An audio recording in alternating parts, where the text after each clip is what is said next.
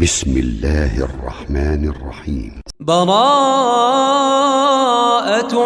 من الله ورسوله إلى الذين عاهدتم من المشركين فسيحوا في الأرض 4 أشهر واعلموا أنكم غير معجز الله وأن الله مخزي الكافرين. وأذان من الله ورسوله إلى الناس يوم الحج الأكبر أن الله بريء من المشركين ورسوله فإن تبتم فهو خير لكم وإن توليتم فاعلموا أنكم غير معجز الله وبشر الذين كفروا بعذاب أليم. إلا الذين عاهدتم من المشركين ثم لم ينقصوكم شيئا ولم يظاهروا عليكم أحدا فأتموا إليهم عهدهم إلى مدتهم إن الله يحب المتقين. فإذا انسلخ الأشهر الحرم فاقتلوا المشركين حيث وجدتموهم وخذوهم واحصروهم واقعدوا لهم كل مرصد فإن تابوا وأقاموا الصلاة وآتوا الزكاة فخلوا سبيلهم إن الله غفور رحيم. وإن أحد من المشركين استجارك فأجره حتى يسمع كلام الله ثم أبلغه مأمنه ذلك بأنهم قوم لا يعلمون. كيف يكون للمشركين عهد عند الله وعند رسوله إلا الذين عاهدتم عند المسجد الحرام فما استقاموا لكم فاستقيموا لهم إن الله يحب المتقين. كيف وإن يظهروا عليكم لا يرقبوا فيكم إلا ولا ذمة يرضونكم بأفواههم وتأبى قلوبهم وأكثرهم فاسقون. اشتروا بآيات الله ثمنا قليلا فصدوا عن سبيله إنهم ساء ما كانوا يعملون. لا يرقبون في مؤمن إلا ولا ذمة وأولئك هم المعتدون. فإن تابوا وأقاموا الصلاة وآتوا الزكاة فإخوانكم في الدين ونفصل الآيات لقوم يعلمون. وإن نكثوا أيمانهم من بعد عهدهم وطعنوا في دينكم فقاتلوا أئمة الكفر إنهم لا أيمان لهم لعلهم ينتهون.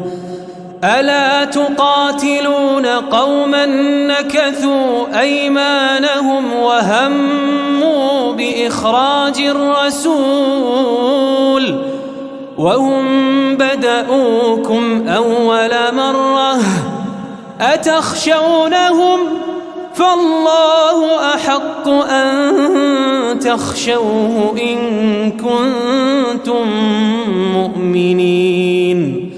قاتلوهم يعذبهم الله بأيديكم ويخزهم وينصركم عليهم ويشف صدور قوم مؤمنين ويذهب غيظ قلوبهم ويتوب الله على من يشاء والله عليم حكيم. أم حسبتم أن تتركوا ولما يعلم الله الذين جاهدوا منكم ولم يتخذوا من دون الله ولا رسوله ولا المؤمنين وليجة والله خبير بما تعملون. ما كان للمشركين أن يعمروا مساجد الله شاهدين على أنفسهم بالكفر أولئك حبطت أعمالهم وفي النار هم خالدون. إنما يعمر مساجد الله من آمن بالله واليوم الآخر وأقام الصلاة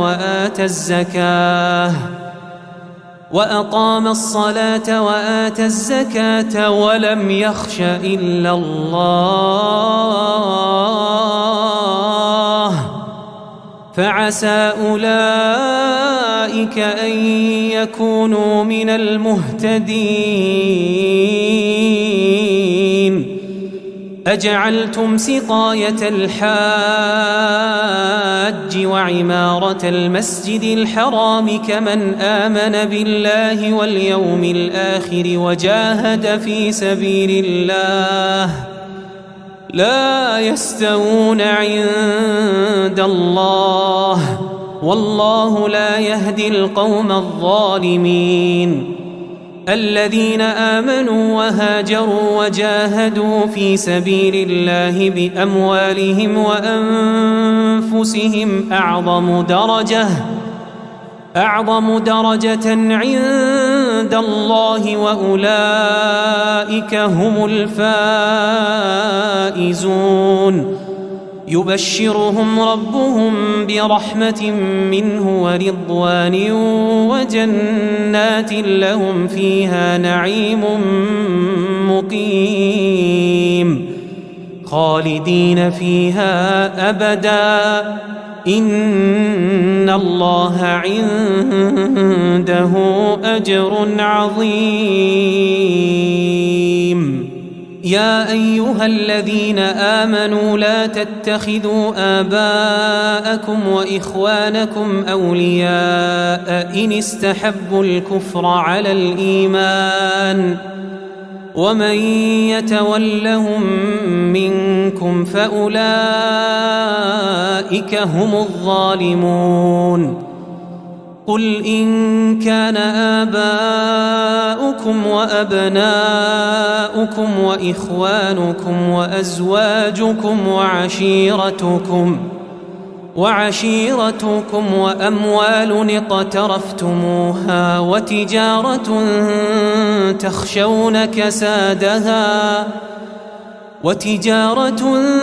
تخشون كسادها ومساكن ترضونها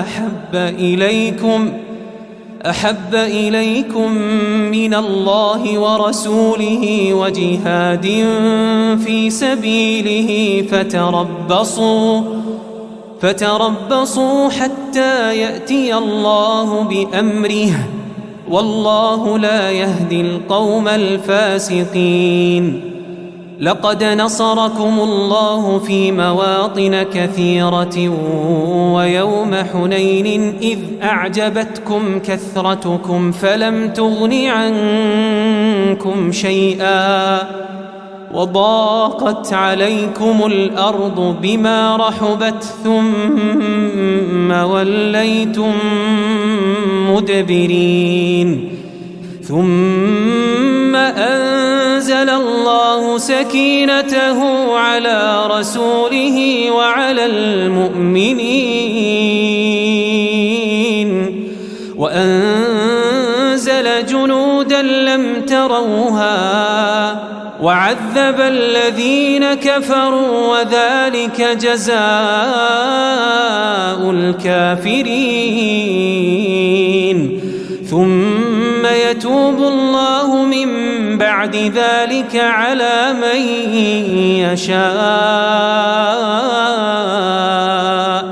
والله غفور رحيم. يا أيها الذين آمنوا إنما المشركون نجس فلا يقربوا المسجد الحرام بعد عامهم هذا وإن خفتم عيلة فسوف يغنيكم الله من فضله إن شاء إن الله عليم حكيم. قاتلوا الذين لا يؤمنون بالله ولا باليوم الآخر ولا يحرمون ما حرم الله ورسوله ولا يدينون دين الحق من الذين أوتوا الكتاب حتى يعطوا الجزية عن يد وهم صاغرون. وقالت اليهود عزير ابن الله وقالت النصارى المسيح ابن الله ذلك قولهم بأفواههم يضاهئون قول الذين كفروا من قبل قاتلهم الله أنى يؤفكون. اتخذوا أحبارهم ورهبانهم أربابا من دون الله والمسيح ابن مريم وما أمروا إلا ليعبدوا إلها واحدا لا إله إلا هو سبحانه عما يشركون. يريدون أن يطفئوا نور الله بأفواههم ويأبى الله إلا أن يتم نوره ولو كره الكافرون. هو الذي أرسل رسوله بالهدى ودين الحق ليظهره على الدين كله ولو كره المشركون. يا أيها الذين آمنوا إن كثيرا من الأحبار والرهبان ليأكلون أموال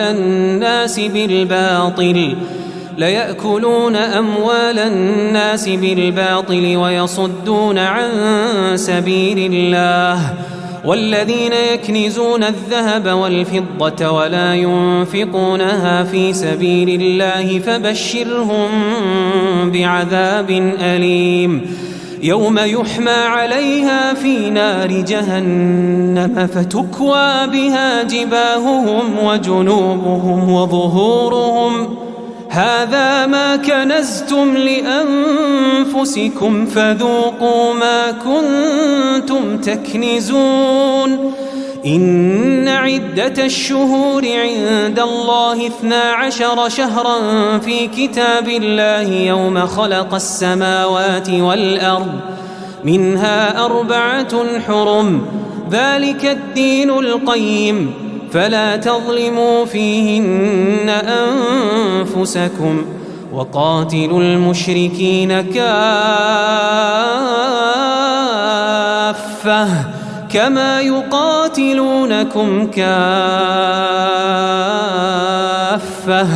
واعلموا أن الله مع المتقين. إنما النسيء زيادة في الكفر يضل به الذين كفروا يحلونه عاما ويحرمونه عاما ويحرمونه عاما ليواطئوا عدة ما حرم الله فيحلوا ما حرم الله. زين لهم سوء أعمالهم والله لا يهدي القوم الكافرين. يا أيها الذين آمنوا ما لكم إذا قيل لكم انفروا في سبيل الله اثاقلتم إلى الأرض أرضيتم بالحياة الدنيا من الآخرة فما متاع الحياة الدنيا في الآخرة إلا قليل. إلا تنفروا يعذبكم عذابا أليما ويستبدل قوما غيركم ولا تضروه شيئا والله على كل شيء قدير. إلا تنصروه فقد نصره الله إذ أخرجه الذين كفروا ثاني اثنين إذ هما في الغار إذ يقول لصاحبه لا تحزن إن الله معنا فأنزل الله سكينته عليه وأيده بجنود لم تروها وجعل كلمة الذين كفروا السفلى وكلمة الله هي العليا والله عزيز حكيم. انفروا خفافا وثقالا وجاهدوا بأموالكم وأنفسكم في سبيل الله ذلكم خير لكم إن كنتم تعلمون. لو كان عرضا قريبا وسفرا قاصدا لاتبعوك ولكن بعدت عليهم الشقة وسيحلفون بالله لو استطعنا لخرجنا معكم يهلكون أنفسهم والله يعلم إنهم لكاذبون.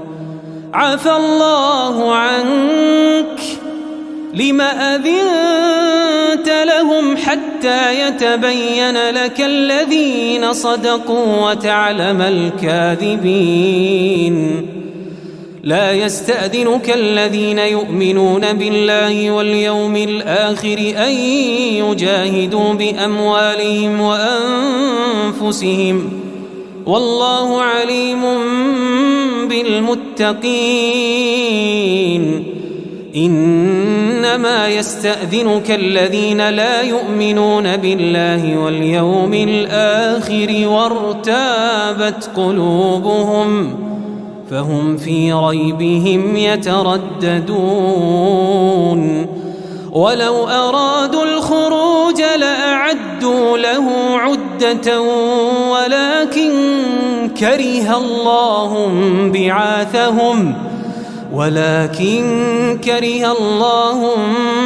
بعاثهم فثبطهم وقيل اقعدوا مع القاعدين. لو خرجوا فيكم ما زادوكم إلا خبالا ولأوضعوا خلالكم يبغونكم الفتنة وفيكم سماعون لهم والله عليم بالظالمين.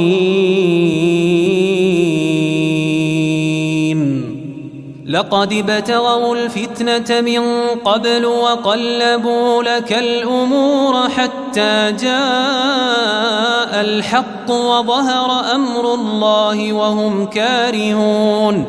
ومنهم من يقول ائذن لي ولا تفتني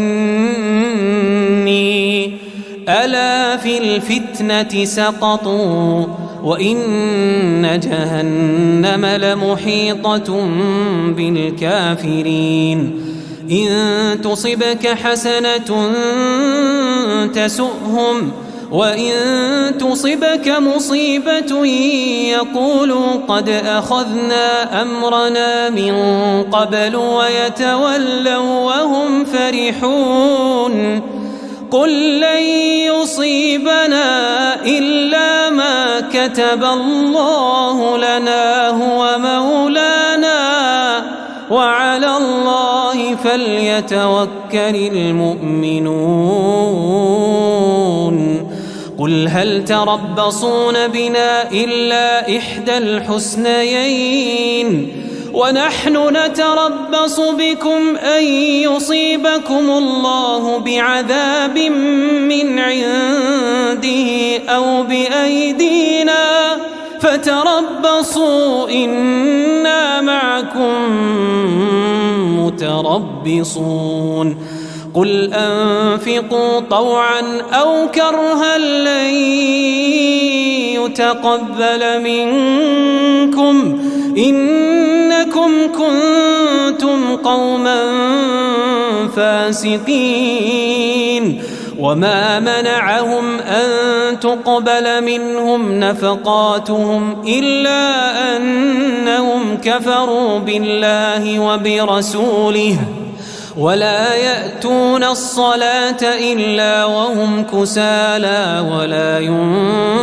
ينفقون إلا وهم كارهون فلا تعجبك أموالهم ولا أولادهم إنما يريد الله ليعذبهم بها في الحياة الدنيا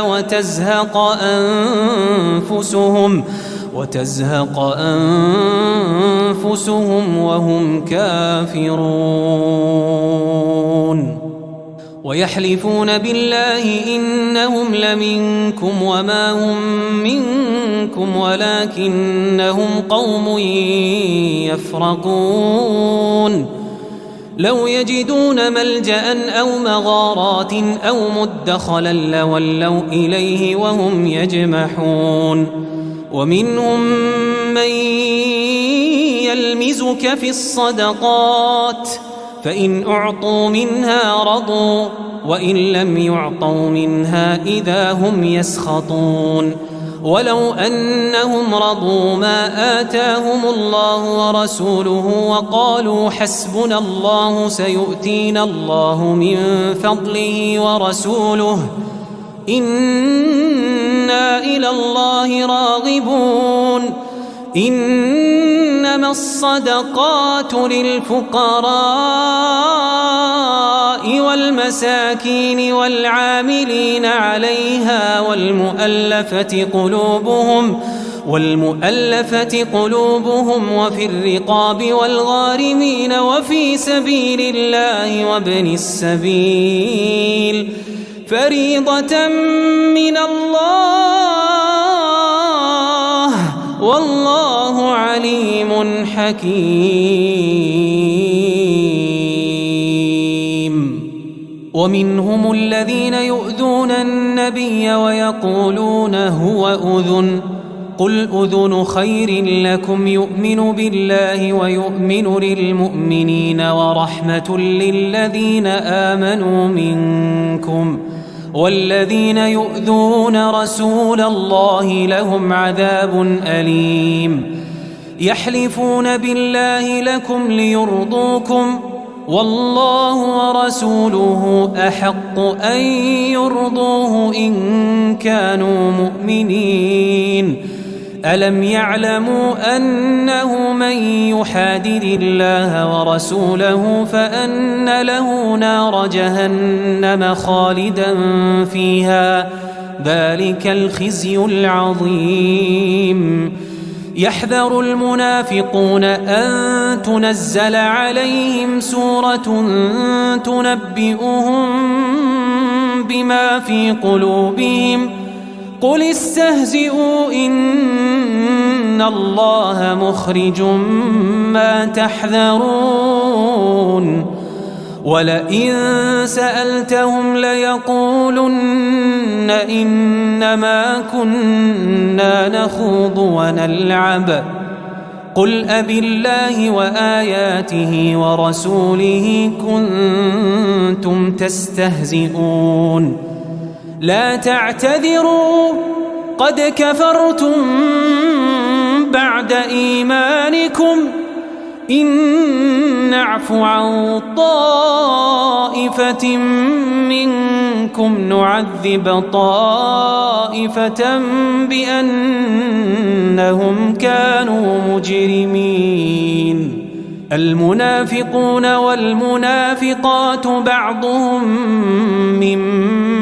بعض يأمرون بالمنكر وينهون عن المعروف ويقبضون أيديهم نسوا الله فنسيهم إن المنافقين هم الفاسقون وعد الله المنافقين والمنافقات والكفار نار جهنم خالدين فيها هي حسبهم ولعنهم الله ولهم عذاب مقيم كالذين من قبلكم كانوا أشد منكم قوة وأكثر أموالا وأولادا فاستمتعتم بخلاقكم كما استمتع الذين من قبلكم بخلاقهم وخضتم كالذي خاضوا أولئك حبطت أعمالهم في الدنيا والآخرة وأولئك هم الخاسرون ألم يأتهم نبأ الذين من قبلهم قوم نوح وعاد وثمود وقوم إبراهيم وأصحاب مدين والمؤتفكات أتتهم رسلهم بالبينات فما كان الله ليظلمهم ولكن كانوا أنفسهم يظلمون والمؤمنون والمؤمنات بعضهم أولياء بعض يأمرون بالمعروف وينهون عن المنكر ويقيمون الصلاة ويؤتون الزكاة ويطيعون الله ورسوله أولئك سيرحمهم الله إن الله عزيز حكيم وعد الله المؤمنين والمؤمنات جنات تجري من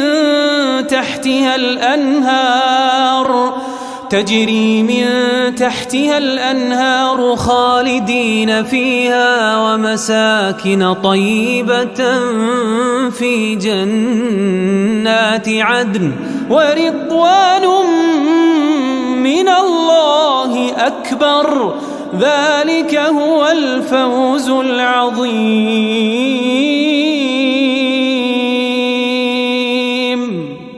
يا أيها النبي جاهد الكفار والمنافقين واغلظ عليهم ومأواهم جهنم وبئس المصير يحلفون بالله ما قالوا ولقد قالوا كلمة الكفر وكفروا بعد إسلامهم وهموا بما لم ينالوا وما نقموا إلا أن أغناهم الله ورسوله من فضله فإن يتوبوا يك خيرا لهم وإن يتولوا يعذبهم الله عذابا أليما في الدنيا والآخرة وما لهم في الأرض من ولي ولا نصير. ومنهم من عاهد الله لئن آتانا من فضله لنصدقن ولنكونن من الصالحين. فلما آتاهم من فضله بخلوا به وتولوا وهم معرضون. فأعقبهم نفاقا في قلوبهم إلى يوم يلقونه بما أخلفوا الله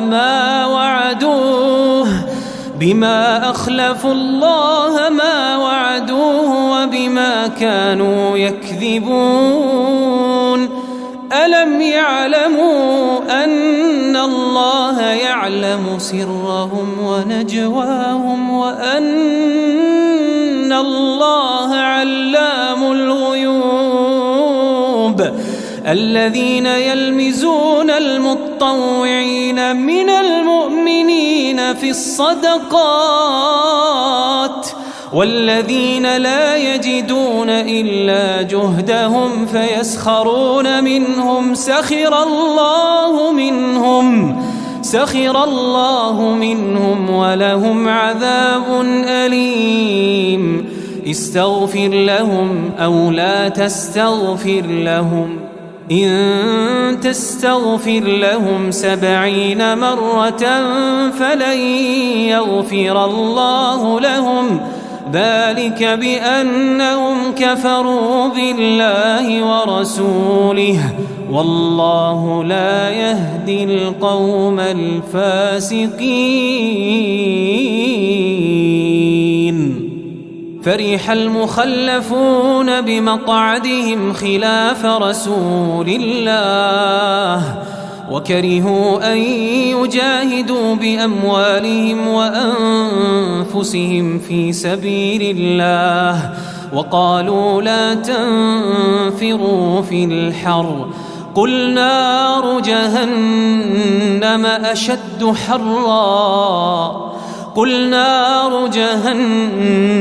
أشد حرا لو كانوا يفقهون.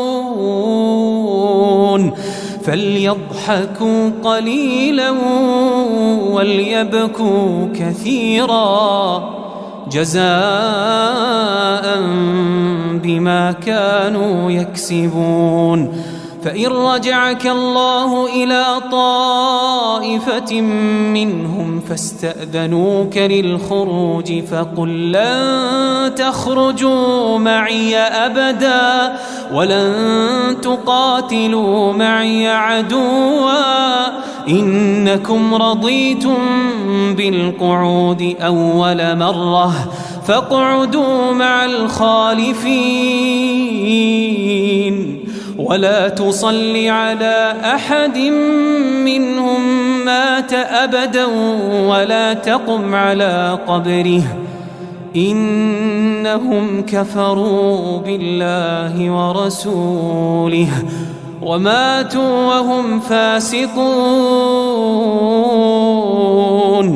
ولا تعجبك أموالهم وأولادهم إنما يريد الله أن يعذبهم بها في الدنيا وتزهق أنفسهم وهم كافرون.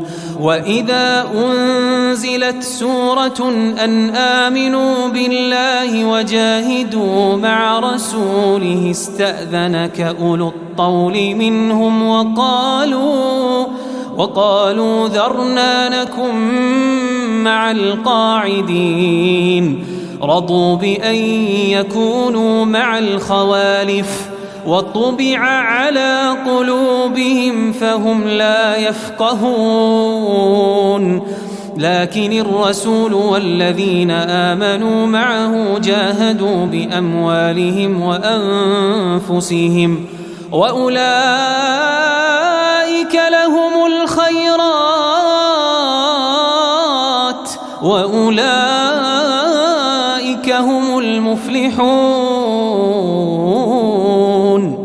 أعد الله لهم جنات تجري من تحتها الأنهار خالدين فيها ذلك الفوز العظيم. وجاء المعذرون من الأعراب ليؤذن لهم وقعد الذين كذبوا الله ورسوله سيصيب الذين كفروا منهم عذاب أليم.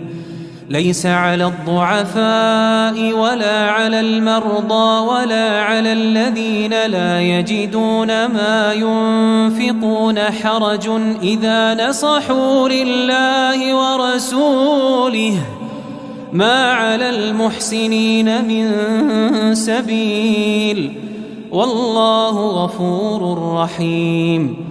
ولا على الذين إذا ما أتوك لتحملهم قلت لا أجد ما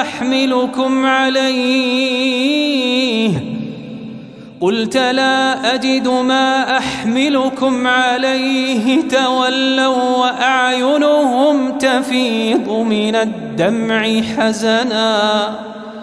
حزنا ألا يجدوا ما ينفقون. إنما السبيل على الذين يستأذنونك وهم أغنياء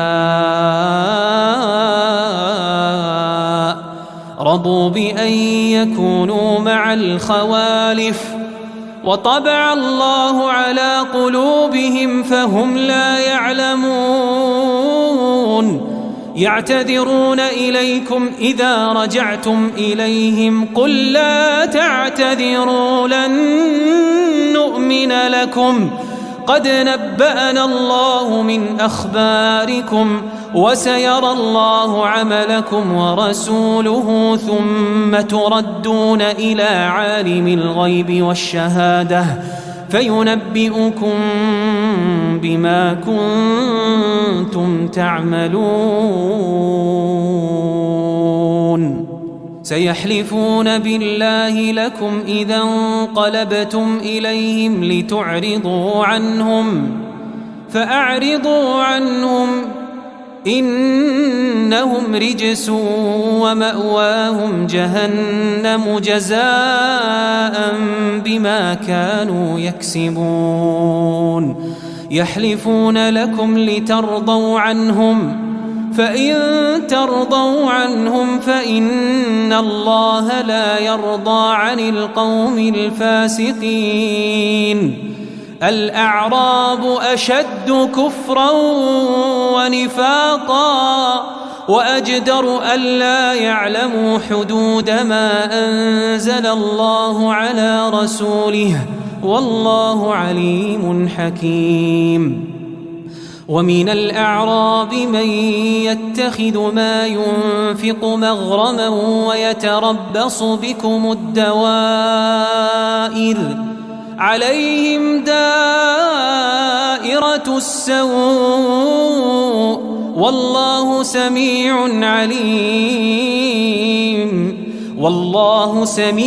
عليم. ومن الأعراب من يؤمن بالله واليوم الآخر ويتخذ ما ينفق قربات عند الله وصلوات الرسول ألا إنها قربة لهم سيدخلهم الله في رحمته إن الله غفور رحيم. والسابقون الأولون من المهاجرين والأنصار والذين اتبعوهم بإحسان رضي الله عنهم ورضوا عنه وأعد لهم جنات تجري تحتها الأنهار خالدين فيها أبدا ذلك الفوز العظيم. وممن حولكم من الأعراب منافقون ومن أهل المدينة مردوا على النفاق لا تعلمهم نحن نعلمهم سنعذبهم مرتين ثم يردون إلى عذاب عظيم وآخرون اعترفوا بذنوبهم خلطوا عملا صالحا وآخر سيئا عسى الله أن يتوب عليهم إن الله غفور رحيم خذ من أموالهم صدقة تطهرهم وتزكيهم بها وصل عليهم إن صلاتك سكن لهم والله سميع عليم ألم يعلموا أن الله هو يقبل التوبة عن عباده ويأخذ الصدقات وأن الله هو التواب الرحيم وقل اعملوا فسيرى الله عملكم ورسوله والمؤمنون وستردون إلى عالم الغيب والشهادة فينبئكم بما كنتم تعملون وآخرون مرجون لأمر الله إما يعذبهم وإما يتوب عليهم والله عليم حكيم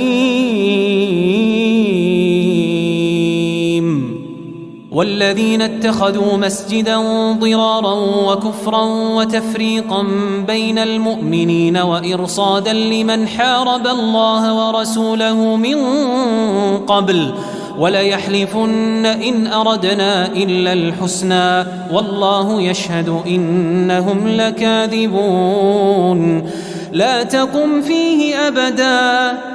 تقم فيه أبدا لمسجد أسس على التقوى من أول يوم أحق أن تقوم فيه رجال يحبون أن يتطهروا والله يحب المطهرين أفمن أسس بنيانه على تقوى من الله ورضوان خير أم من أسس بنيانه على شفا جرف هار فانهار به في نار جهنم والله لا يهدي القوم الظالمين لا يزال بنيانهم الذي بنوا ريبة في قلوبهم إلا أن تقطع قلوبهم والله عليم حكيم إن الله اشترى من المؤمنين أنفسهم وأموالهم بأن لهم الجنة يقاتلون في سبيل الله فيقتلون ويقتلون وعدا عليه حقا في التوراة والإنجيل والقرآن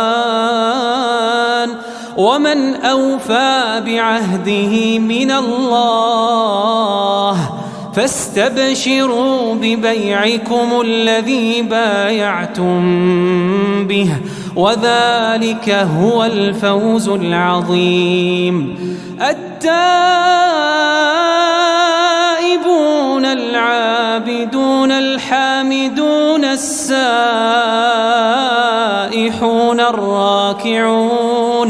الراكعون الساجدون الآمرون بالمعروف والناهون عن المنكر والحافظون لحدود الله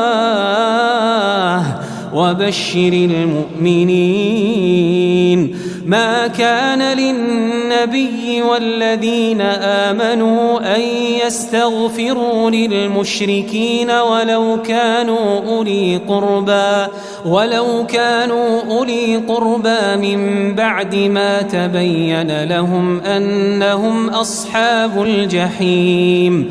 وما كان استغفار إبراهيم لأبيه إلا عن موعدة وعدها إياه فلما تبين له أنه عدو لله تبرأ منه إن إبراهيم لأواه حليم. وما كان الله ليضل قوما بعد إذ هداهم حتى يبين لهم ما يتقون إن الله بكل شيء عليم. إن الله له ملك السماوات والأرض يحيي ويميت وما لكم من دون الله من ولي ولا نصير. لقد تاب الله على النبي والمهاجرين والأنصار الذين اتبعوه في ساعة العسرة من بعد ما كاد يزيغ قلوب فريق منهم ثم تاب عليهم إنه بهم رؤوف رحيم. وعلى الثلاثة الذين خلفوا حتى إذا ضاقت عليهم الأرض بما رحبت وضاقت عليهم أنفسهم وظنوا أن لا ملجأ من الله إلا إليه ثم تاب عليهم ليتوبوا إن الله هو التواب الرحيم. يا أيها الذين آمنوا اتقوا الله وكونوا مع الصادقين. ما كان لأهل المدينة ومن حولهم من الأعراب أن يتخلفوا عن رسول الله ولا يرغبوا بأنفسهم عن نفسه ذلك بأنهم لا يصيبهم ظمأ ولا نصب ولا مخمصة في سبيل الله ولا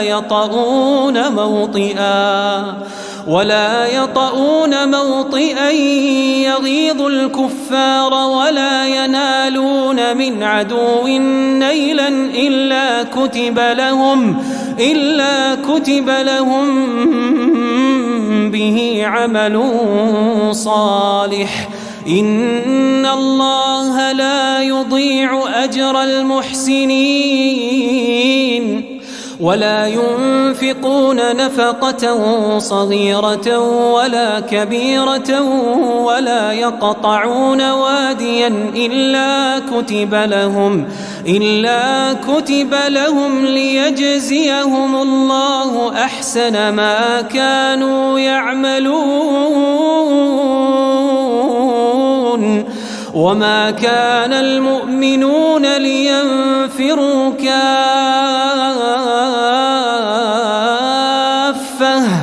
فلولا نفر من كل فرقة منهم طائفة ليتفقهوا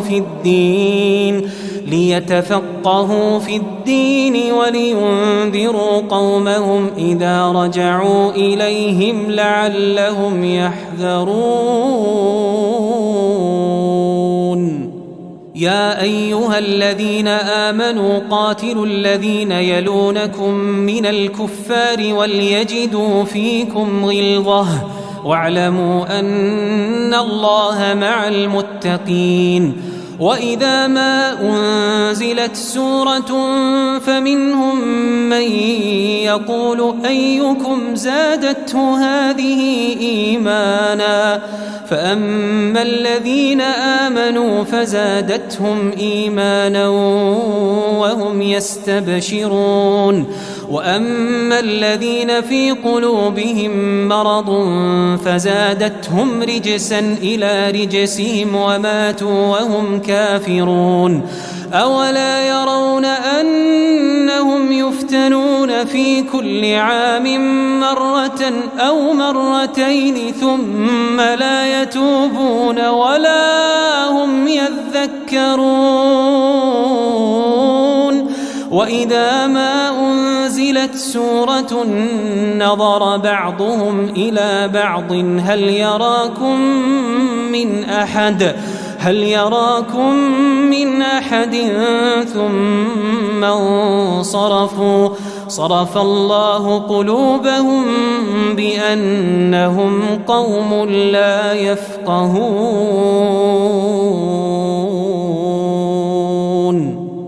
لقد جاءكم رسول من أنفسكم عزيز عليه ما عنتم حريص عليكم بالمؤمنين رؤوف رحيم فإن تولوا فقل حسبي الله لا إله إلا هو عليه توكلت وهو رب العرش العظيم